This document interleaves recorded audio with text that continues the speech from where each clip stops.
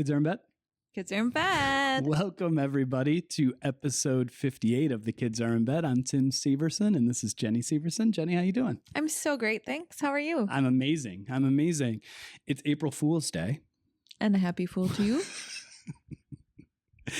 And we're going to talk about April Fool's Day. I've got some things queued up, but I had a story to share from today.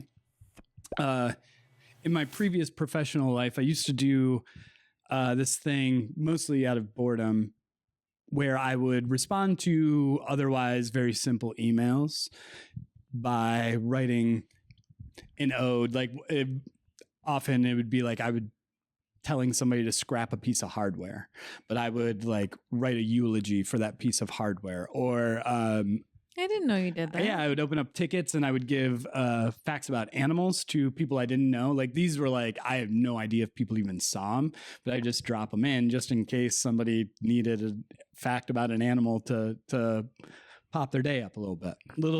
Hit me with an animal fact. Oh, I don't remember any of them. I'd Google them all and just copy and paste them in. The point wasn't that I was showing off my knowledge of animals. It was more just Sorry. It was more like a silly fact about, sea otters sleep holding hands. Adorbs. Right. So it's that kind of thing. Too much. And so today, I've been going through a billing issue, and I got a note that I had to call this billing department because there was past due funds, which is always a bad place for me to be. It feels like I'm being called to the principal's office.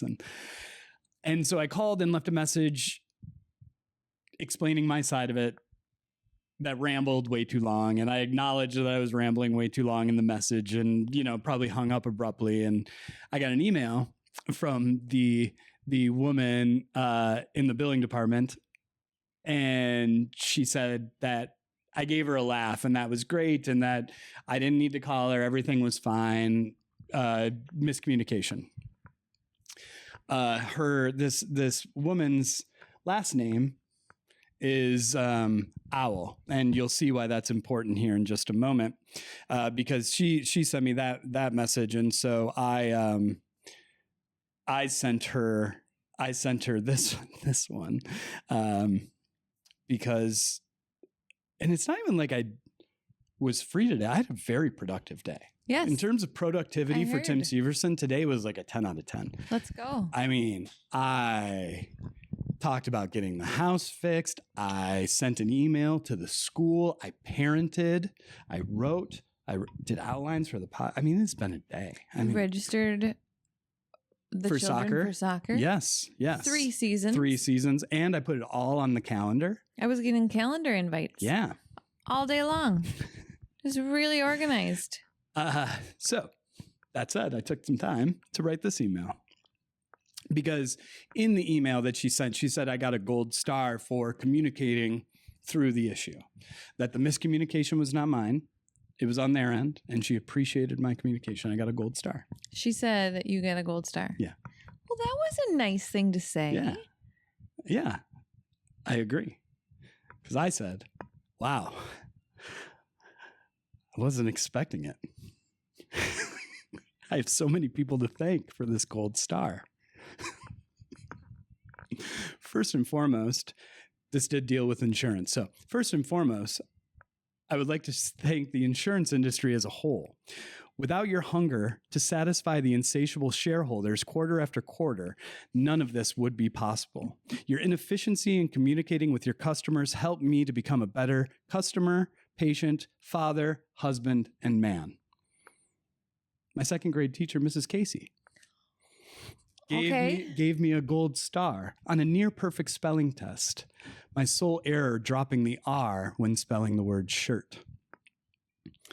This embarrassing mistake turned out to be a blessing in disguise when that test hung loosely from our 1989 Off-White Whirlpool refrigerator for months.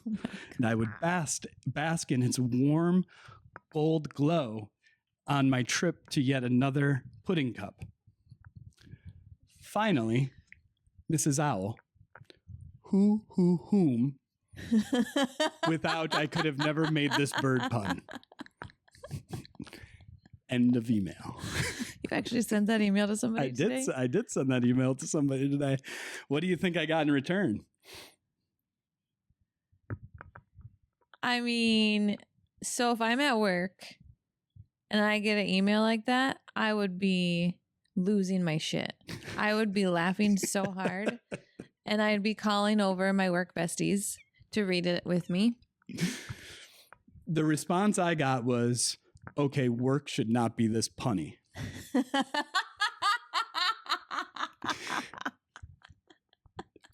She said I made her whole month on day one, and this was at noon. So first 12 hours in, I've made somebody's month. That's a good feeling. But she tipped her hand again that she likes my humor. So do you suppose I was done? You have more to say. Oh, I've got more. So she said, thanks for the laugh. And then she said, and Mrs. Casey, good grief, what a life changer. And I said, amazing. What a hoot. I'm done. I swear. Well, until next time. And that's all I sent. We're not done. She responded again? Responded with a great response, which was, alrighty then. Until next time. It was the best. And this whole interaction happened in 10 minutes. We were furiously sending owl puns back and forth over an insurance issue. So there you go. There's Tim's tip for a little extra happiness in the day. Just be silly every once in a while. Just be unexpected, and you don't have to be funny. That's the thing.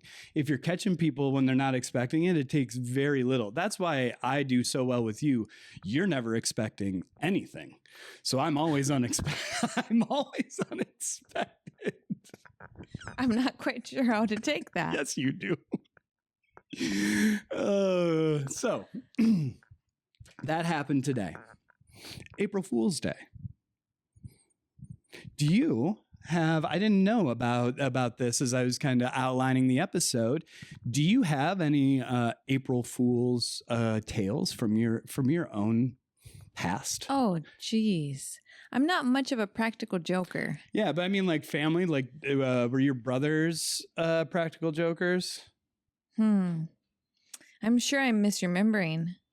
But I feel like your mom and her sister, they just feel like April Fool's Day would be up their alley, but I don't think they do. Their pranks are always more unexpected than that. Yeah. I honestly can't think of anything. Shoot. That's all right. Sorry. It's all right. I've got lots of stuff, both personal and otherwise. Jude did one. Oh yeah, what was it? He last year, I think. Yeah. He put food coloring in the milk. Yes, that's right. We had green milk. Yeah. Yeah. Yeah, and he was also big on trying to do the toothpaste in the Oreos. Execution was horrific. It's always tough, right? Because you really want it to happen, but then you're just bringing somebody one Oreo, and you've never done that before in your entire life. It's a little on a napkin. Here, Father. Oh my word! Fool me once. What could this be? So yeah, he really didn't get it. I think Clementine is going to be the one that once she figures it out, I have a feeling she's going to do tough ones. So far today, she's just been saying mean things and then saying April Fools. Yeah, she gets that from you. You know, you do things like pretending you were suffocated to death under the pillow. What? No, you haven't done that? Didn't you do that once and scare Jude? Where he was on top of you and you freaked him out? No? Am I making that up? I don't think so. Oh.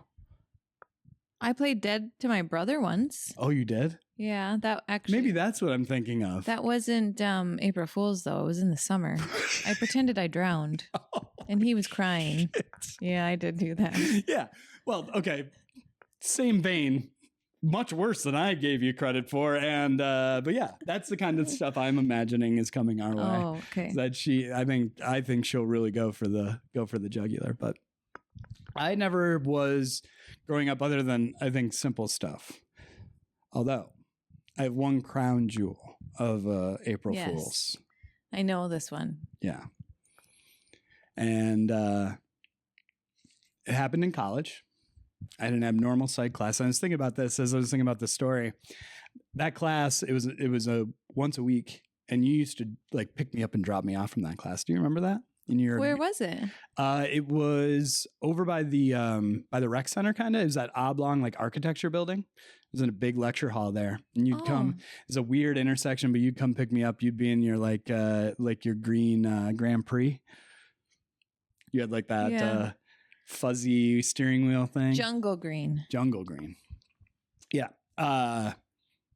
Anyways, once a week class for this guy sounds great when you're registering, and then you get into the practice of it and you're staring down the barrel at 2.5 hours on a Wednesday night. Those classes are tough. So, and you can't miss them. Right. That's the worst part. Yeah. Because if you miss them, you're SOL. So you skip them sometimes. I never skipped those classes because I knew I would just get so far behind. I skipped one, and then, just crammed for the test, and went in, took it, and was like, I don't know, probably not good. Had to wait a week, go in. Our professor was it was TA, was like, or a grad student was teaching it. It wasn't a professor, and he was great. And but he came in and he was pissed, and it was like, what's happening? And he's like, I don't know. Like, just really taking us all down. Like, he said that the class, he had not seen that level of psych class have such bad test scores, that he's almost convinced that we were all cheating off the same bad person, like bad test taker. Like it's almost, and he's like, so we only have one option, because he's like, honestly, it's bad for my job if I even present these to anybody. So he starts handing out another test. And you know me, I'm cool as a cucumber in there, but everybody else is freaking out. Somebody is on the verge of crying, I think, not me. And I'm like looking at and the questions were familiar, but they were different, and like a little, like, I can't remember exactly what it was, but it was harder. And I was like, I am so fucked right now. Like, this is so bad. And he let us go for like 10 minutes, and then he just like, all right, stop. It's like, register how you're feeling, take note, physical, blah, blah, blah. He's like, this is a glimpse into people with general anxiety disorder who are predisposed to panic attacks. This might be kind of their lead into a panic attack. Can confirm having that and having had panic attacks, he was right. Yep, he brought us right to the ledge. It was there. And questionable. Yes, lesson taught though. And so I left that class. I ended up like, I got a B or something. So it was fine. Congratulations. Yeah, I know. It's really good for me. That's exciting. And but then when I was going home, I had talked to my mom about it, and I was going to call her and just kind of tell her the story. But it was March 30th. And so I was like, hold on a second. And so I just got to thinking, and I decided that I would call my mom on April Fool's Day to tell her the news. But the news that I told her was that it did not go well. And it really had very little to do with my score, and more had to do with the fact that I had been busted for cheating on the exam. And when I tell you that it took no effort to convince my mother that I was cheating and about to get suspended for a semester, it literally took no effort. Not only that, she doubled down and said, "You've been doing this all of college, haven't you?" Now, I should say, because I had pre-orchestrated this event, I am sitting in a friend's room in this giant house of a shithole we lived in, and we're all listening to this. No, I don't And remember that part. They're trying not to laugh, and she's trying not to cry. And I'm trying to just push it as far as I can. And she starts to get mad. Really, and probably a good thing I stopped her, because I think she was really about to assassinate my character just all the way around. And so I was like, Mom.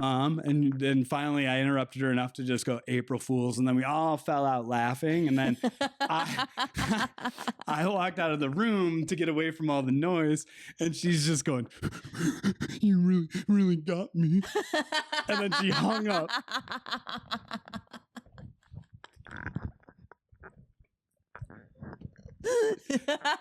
The mixture of emotions, the cocktail of emotions that I had, along with the Busch Light I had already been drinking, was something. And so I called her back when it was all done, and calmed her down. I'm like, I'm sorry. She was in Florida. My dad had a conference, and she had not been feeling well. So I was like, oh, I'm sorry. And that was probably like noon. And middle of the day, I get a call from my dad, which is really strange. And I answer, and he's like sniffling. And he was like, that was a really good April Fool's joke. And I'm like, how did this echo to you at a conference? Like, what's happening? Well, it turns out my mom took my joke and used it on my dad, who also immediately went into assassinating my full character. Just so we're clear, there was no defense. Like, well, there must be some mistake. It was just cheater. Whoa, that just... I have a positive spin here. Oh. You were always truthful. Yes. So they didn't have any reason to assume that you would tell them anything other than the truth. Oh. You didn't lie to them ever. Well, that'll score you some points with them. That was well done. I felt like I had to say that because I just laughed really hard.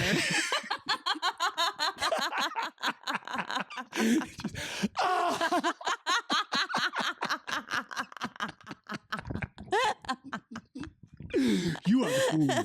6 times a fool. That was a good one. It's my one and only. It's my one and only. Yeah, you can never do an April Fool's joke again. Yeah, it's hard. I mean, it'll never surpass. Yeah, you really can't get there. Yeah. But there's no shame, because I'm getting fooled by the best. April Fool's Day, though. Of course, nobody knows where it started.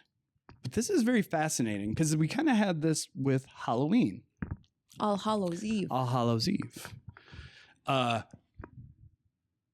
Again, harvest, spring, we're kind of bouncing on the other end, and it's very, very similar. There's a lot of different stories about where it came from, all the way back to ancient Rome. But it seems like it's something to do with the calendar, right?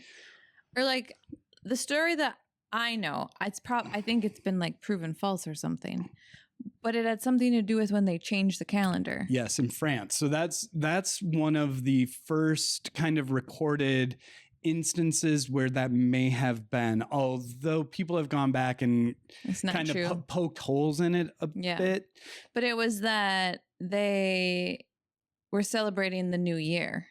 They changed the calendar. And so the people who were still celebrating New Year in April were called April Fools. Yes, they were fools. Yeah. So yeah, but there's not really like a one agreed upon situation like that. It's like trick or treating. Yeah. It just kind of pops up in the world all over the place, and they can't really trace it back to a single spot. But just like Halloween, this is another thing where it's fascinating, the things that humans like, and it doesn't really matter where you're from. Very simple creatures. Right. Yeah. So everybody likes the idea of playing practical jokes. And what's so funny is so many of them, there's not like one where it's like, oh, well, in this, remote country, it's this barbaric thing. They're all very, very simple, small, innocent pranks. Is kind of the most famous.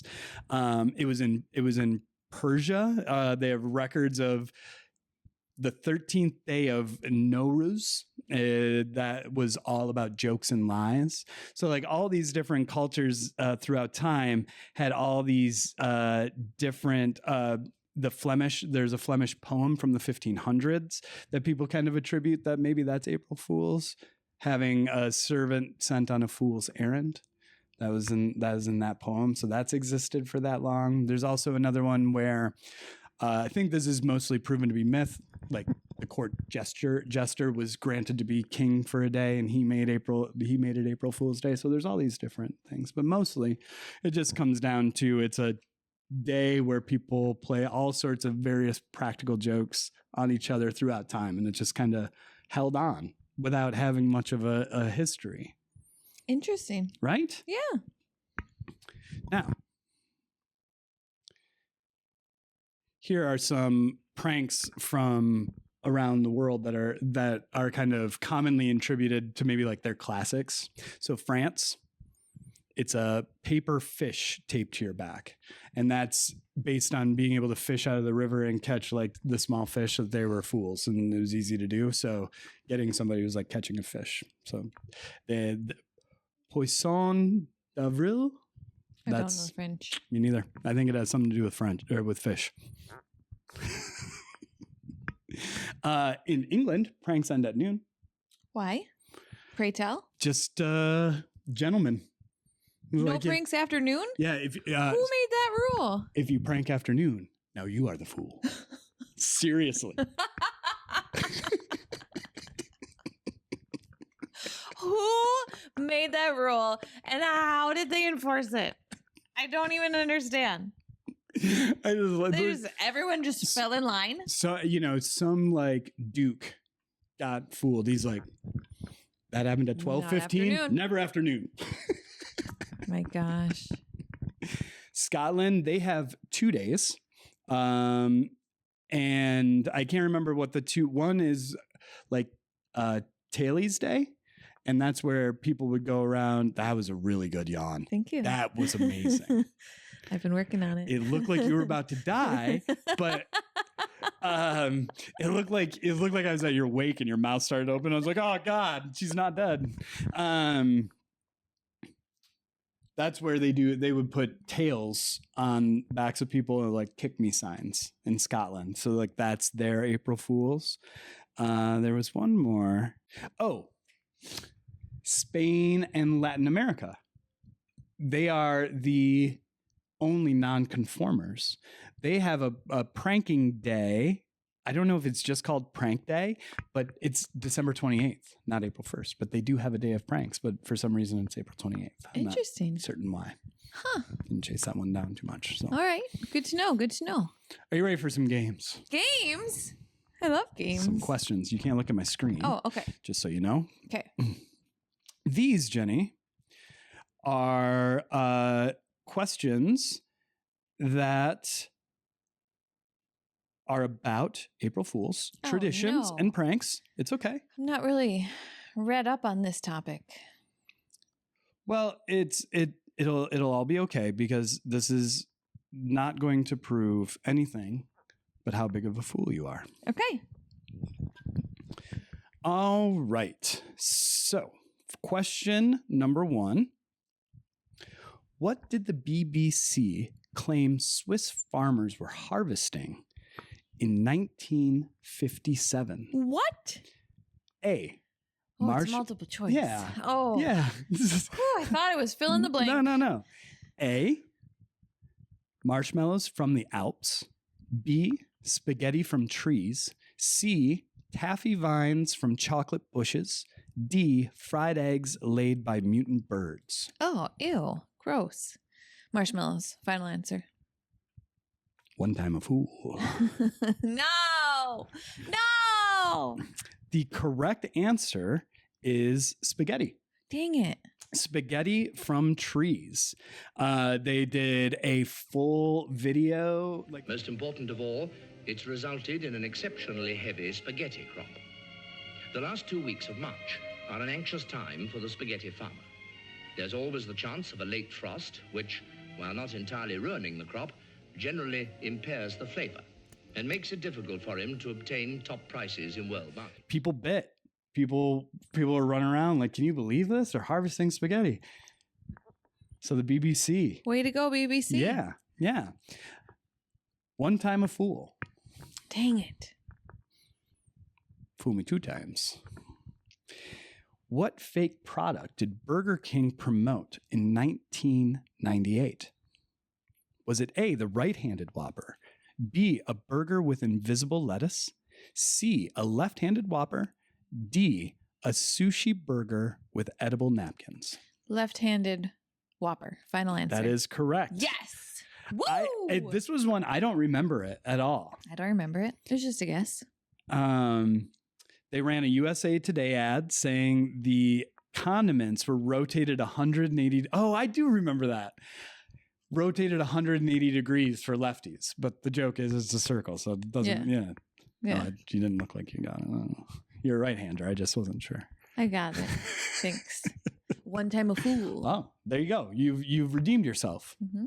So you're once a fool, now got it right, no longer a fool. Oh. And I have lured you into my trap. Pretending to be a fool. Give you a false sense of security. Only to flip it. And now you are the fool. I'm no You're back. longer a fool. You're no longer a fool. I love this game. Yeah, it's great. Question number 3. What national monument did Taco Bell claim to buy in 1996? The Statue of Liberty, the White House, the Grand Canyon, the Liberty Bell. Grand Canyon. Wait, what's the question? I just was thinking about the Grand Canyon. Read. What was the terminology? What national monument National monument. The Grand Canyon's not a national monument. Can't be the Grand Canyon. The White House, is that a national monument? I would say so, probably. Yeah, the White House is national. It's got to be the Liberty Bell. Final. That is correct. Worried me there for a second. Yes, Taco Bell announced they bought the Liberty Bell to help pay off the national debt and renamed it the Taco Liberty Bell. Angry citizens flooded the National Park Service with complaints. Later, the White House joked Ford was buying the Lincoln Memorial. That was a good one. I don't really get it. Am I supposed to get it? Is there something to get? What? The Liberty Bell? Well, Taco Bell. That's why I was worried about your Grand Canyon. I could tell you weren't. I didn't get it. I got it right on accident. I know. I was just gonna keep going. I was just gonna let that slide. I did not get it. Well, there you go. Very clever, Taco Bell. Yes. Very clever. Yes. You're really not a fool now. Never was. All right. There are 2 questions left. Okay. If you get both of them wrong, you are going to be one time a fool. You said I wasn't a fool anymore. Well, you're at +1. What?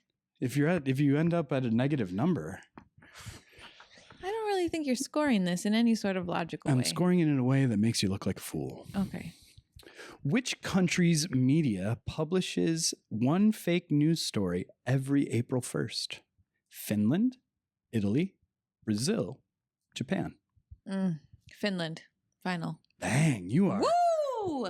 far from a fool. Let's go! Yeah, they do. Every year they have one sensational headline that they drop in somewhere and have a fake story that they, All right. that they put in. Nicely done. Yeah.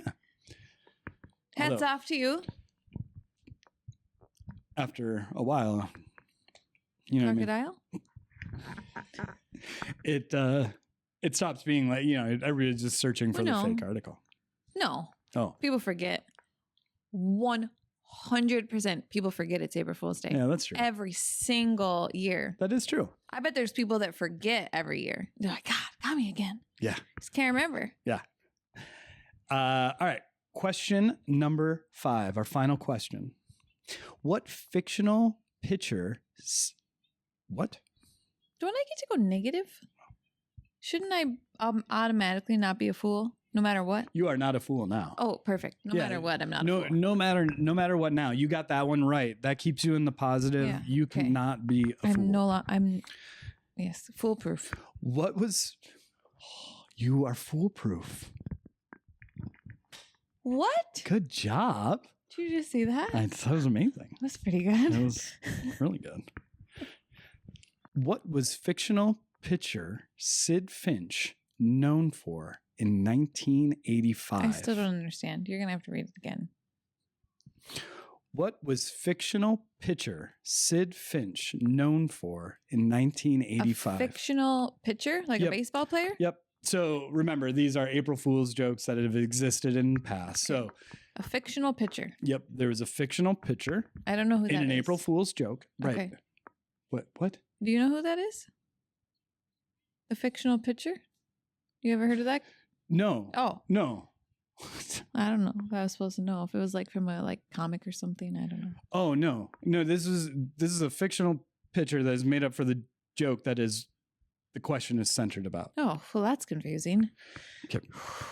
What was fictional pitcher Sid Finch known for in 1985? A. Inventing the curveball. B. Pitching 168 mile per hour fastballs. Being the only blind pitcher throwing with his feet. It's the curveball. Final answer. You're a fool. once No. more. Only on this one. Oh, are Not you overall. sure? Yeah. I thought that was right. The Mets have been trying to keep the secret as well as they can, but slowly the word is starting to get out.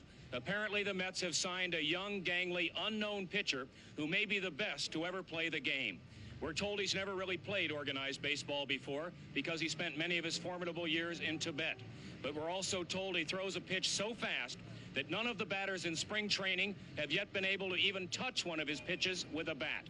We're told his name is Sid Finch.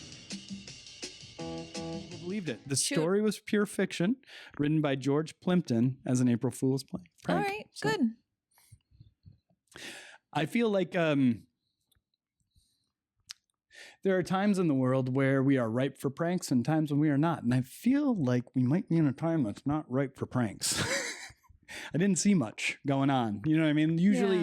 Usually there's more things, but Times are dark. yeah, it's not really the time. Yeah. Nobody really wants to joke around with national headlines. I don't think these No. days. It's No.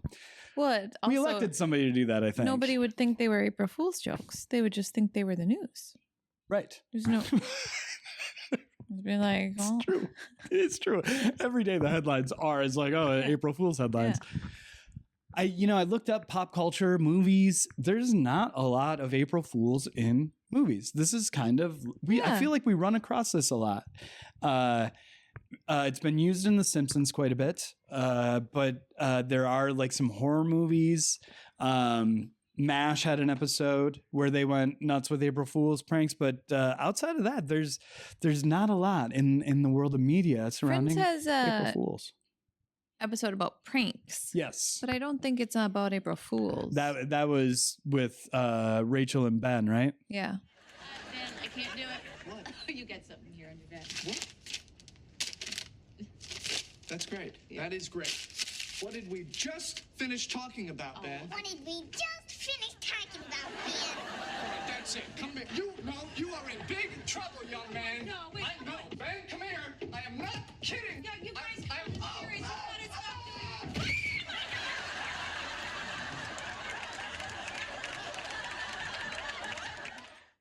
It's a pretty good episode. It is a good episode. Yeah. I don't think it's April Fool's, though. No, I don't think so. just pranks. I think she's just She wants to be funny, Aunt yeah. Rachel. Yeah. Yeah. Yeah. Fine, Rachel. Yeah, so there's not much in the way of that. So April Fools. Did you learn new things? Oh my gosh, I learned so much. Yeah, you were very good at the trivia. I I was pretty good at the trivia. you're typically I mean- a fool. 3 out of 5 ain't bad. Yeah. I thought you were going to get 2. Honestly, I thought I was going to get to call you a fool. I thought I had enough there to trick you. The baseball one, I thought for sure you were going to pick anything besides the fastball. You were right. Yep. Didn't expect you to get the other 2. Good on you. I got Taco Bell by accident. That was something. That was something. Well, You guess- trying to play April Fool on me right now? No. I was thinking we got to play an April Fool's on my mom. Just by laughing at her into the camera. So that'll be our April Fool's prank of the year. We'll call Sounds it. We'll good. call that we took advantage of that opportunity. I gotta say, Jane, we got some new topics coming up. Oh, Trying to get back the magic of the themes where we were going through the years. So we've got some topics that we're working on and getting planned for. As always, if anybody has any April Fool's stories that you'd like to share with the class, feel free to send a direct message or comment or any of those things, or not. It's up to them. sure is. It's a free country. Well, thanks for not playing any April Fool's jokes on me. I was actually a little nervous. Sometimes I feel like when it's not the time to play pranks, you come in with those hard ones. And I was thankful that there wasn't a call that upended my 10 out of 10 productivity. I would never Tuesday. do that to you. I appreciate that so much. You're welcome. Should we go check on the kids? Let's go check on the kids. All right. We'll see you next week, everybody.